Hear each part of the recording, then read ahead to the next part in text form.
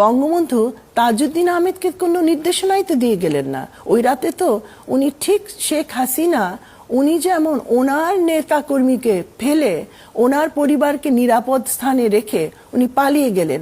অনেকটা কিন্তু শেখ মুজিবুর রহমান একই কাজ করলেন। উনি না সবচেয়ে আস্থাবান তাজউদ্দিন আহমেদ কি বললেন, মানে নাকে তেল দিয়ে ঘুমিয়ে থাকো, পরশু দিন হরতাল ডেকেছি।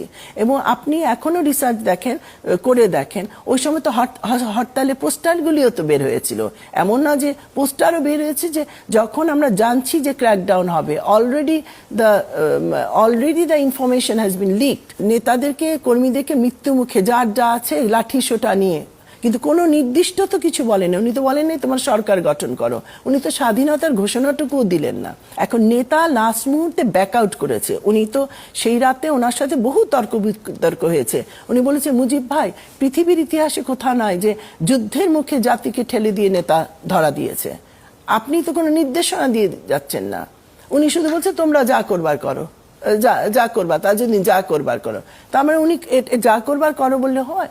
ওনার তো ওখানে থাকতে হবে। বলে যে আপনি কি কোনো বৈঠক করে বলে দিয়েছেন যে আপনার পরে চেইন অফ কমান্ড কি হবে? এই তথ্যগুলি চলে আসবে বলি কিন্তু মুক্তিযুদ্ধের ইতিহাস চাপা দিয়ে রাখা হয়েছিল এতকাল।